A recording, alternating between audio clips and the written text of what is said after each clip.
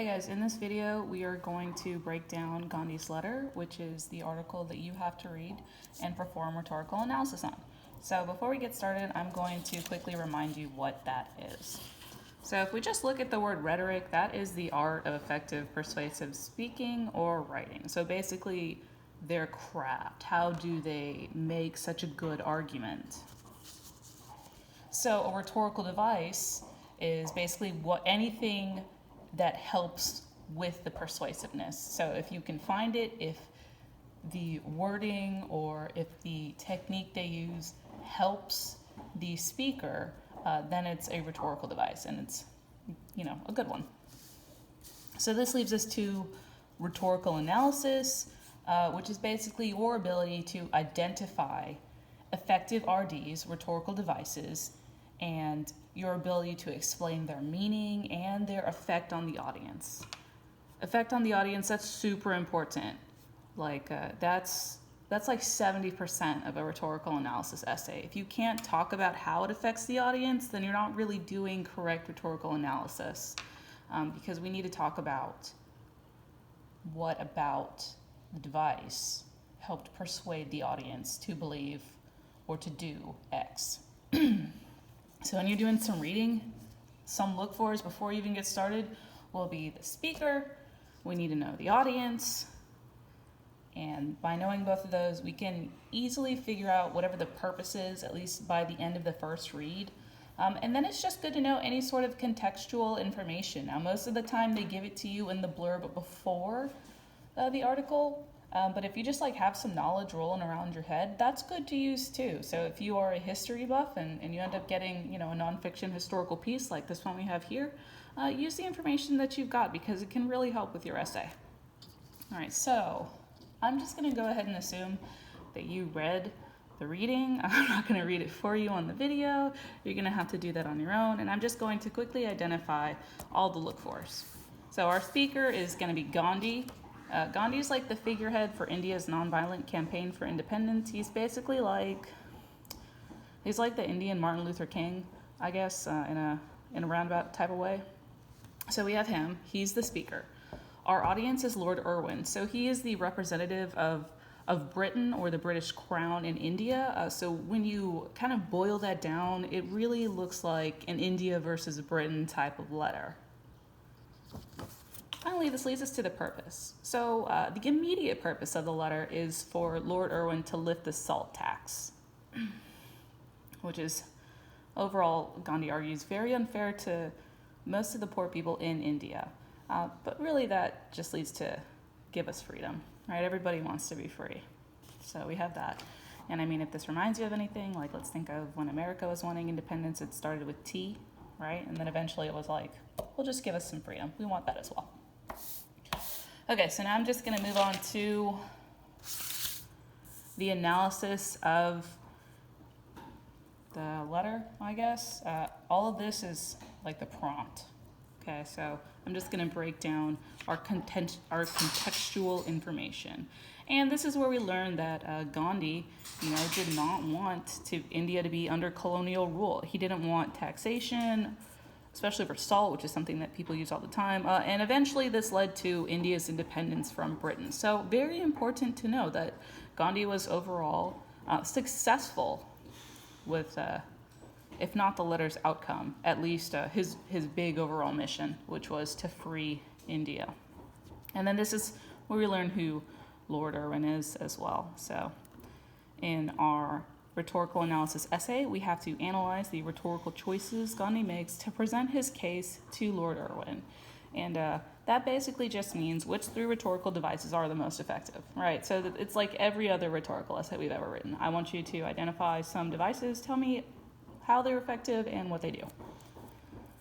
So now I'm just going to go through and identify every single rhetorical device that I found. But if you found other ones, you can use that as well.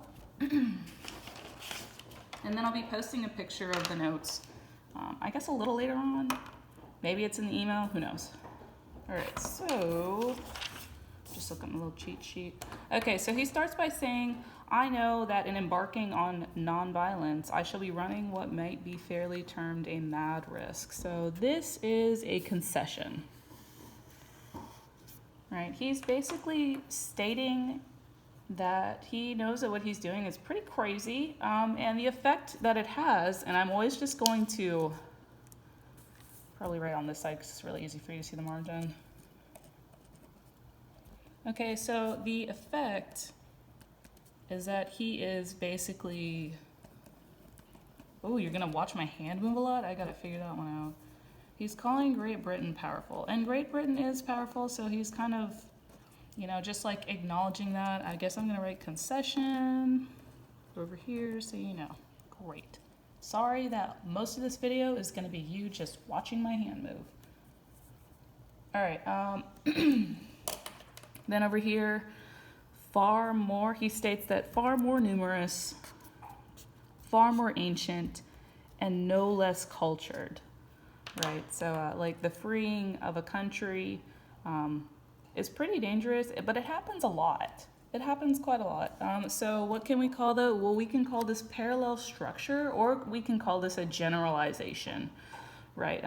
So it's parallel structure because he says far more, no less. Like, so it's kind of got the same sort of flow to it. So a parallel structure, or a generalization in saying that, you know, he doesn't really list any specific nations that have also tried to fight for their independence. He just says that, like, it has happened. So it's kind of up to you for how you want to categorize that. But he's basically just, he's bringing attention to India and what they want. So this moves us to the second paragraph. So we have a lot of word choice. He even says that word choice. Well, he doesn't say word choice, but I deliberately use the word convert and conversion, right? Because he wants to, oh, and he also goes ahead and says, you know, I want to serve them, even as I serve my own. I believe I have always served them. So here he's using non-violent language. All right, he's trying to really emphasize that India is not a threat. I think maybe I can fit that over here. Okay, so word choice.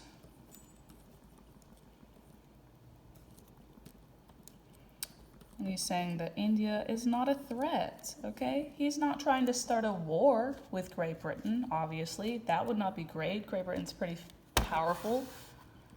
He's just explaining things.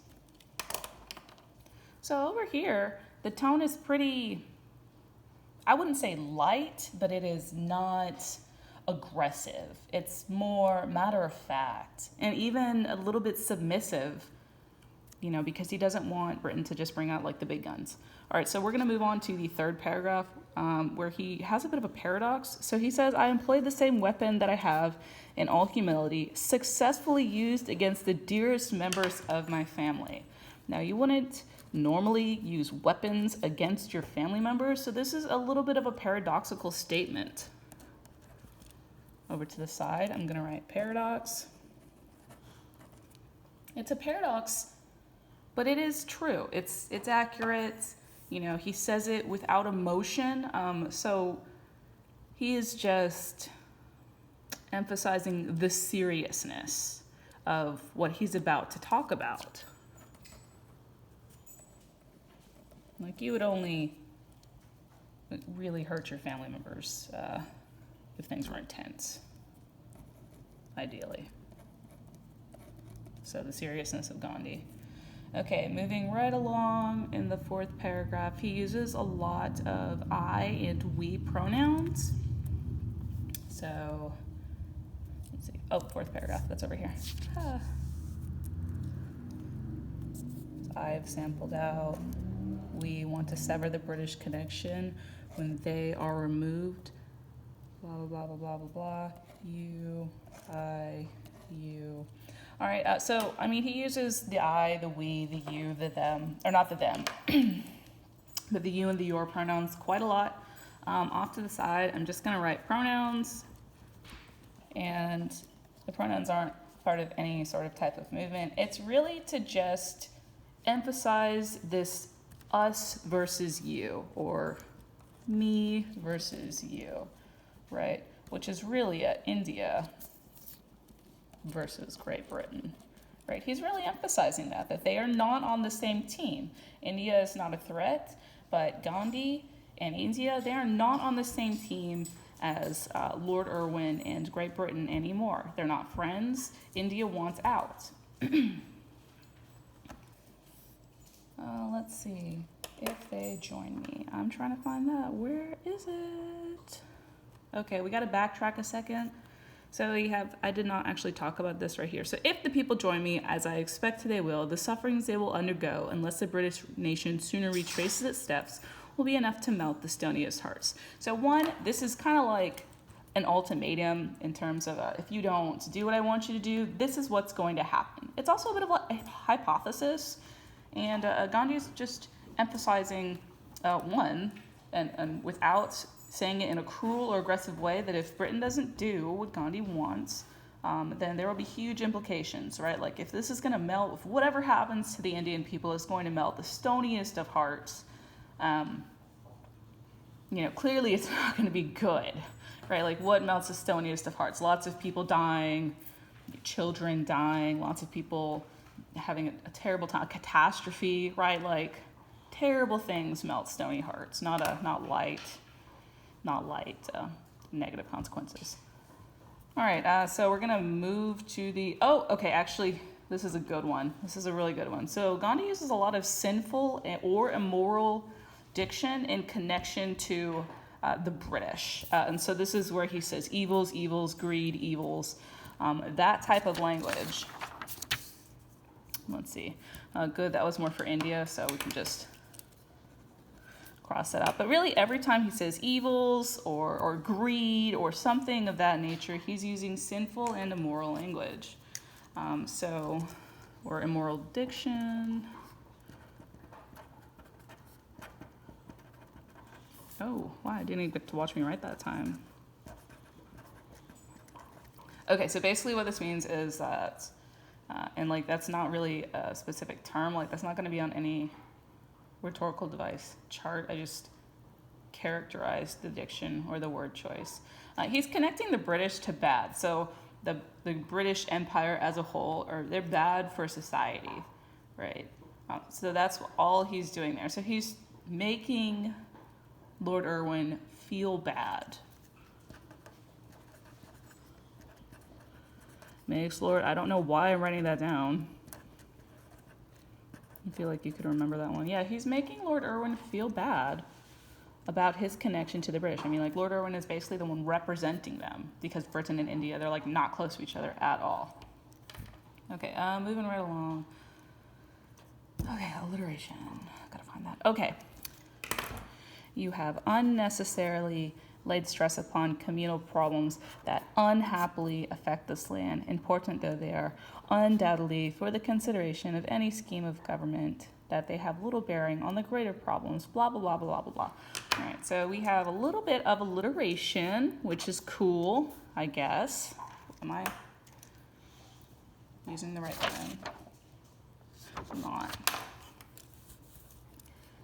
Yeah, so we have alliteration.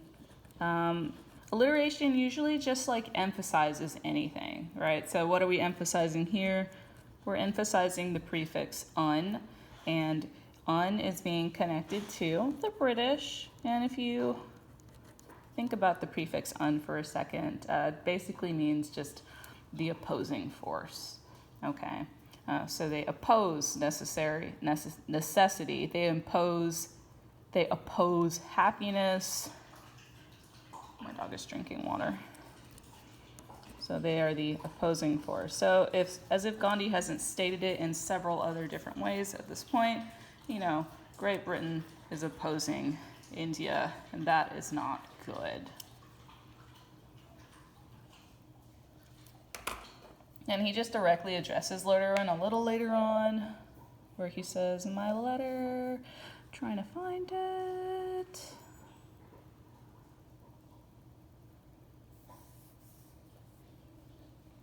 You found it before I did. There we go. Okay.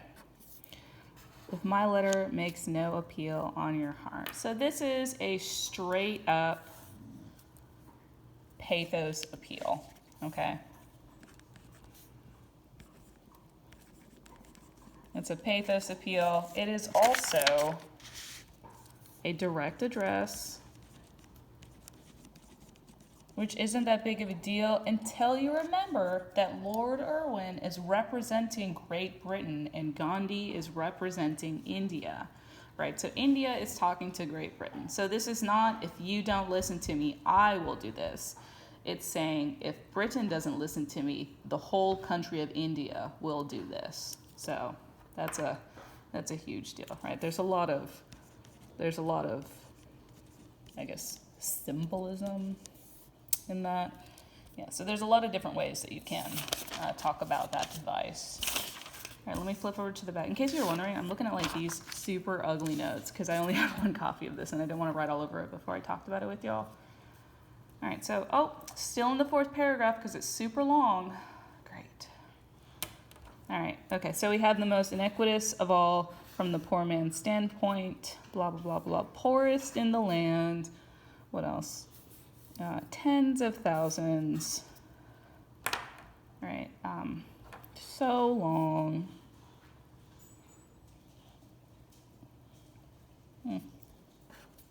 For so long, okay. I have to bracket all that. So over here we just have like another big generalization. So he's basically just, he's not being very specific with this. And he's also using a little bit of absolutes, so the most iniquitous, the poorest in the land. He's, just really trying to emphasize how unfair the British have been to India over the course of their entire relationship. I mean, like, they don't really have a relationship. Britain rules India, right? So they're unfair. This is not great.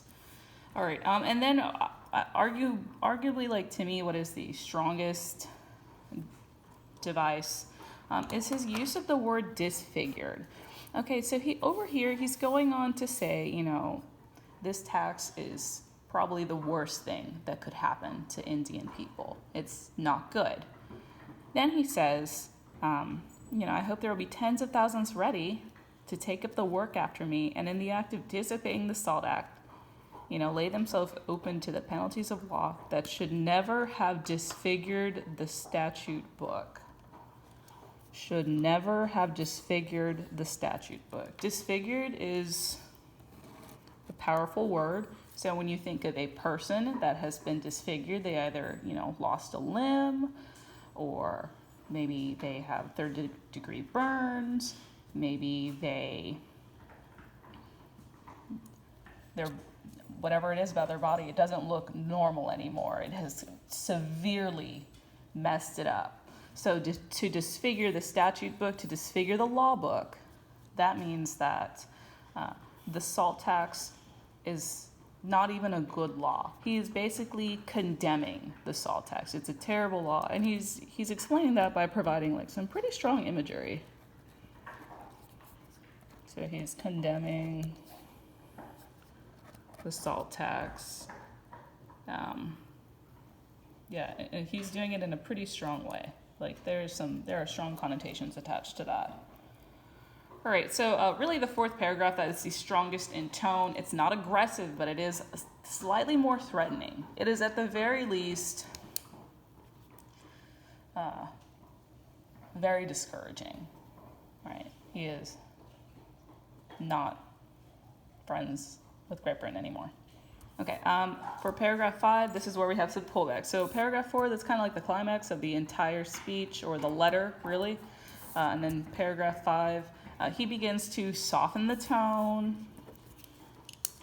Right, so he softens the tone. He reminds Great Britain that really they're the one in charge, right?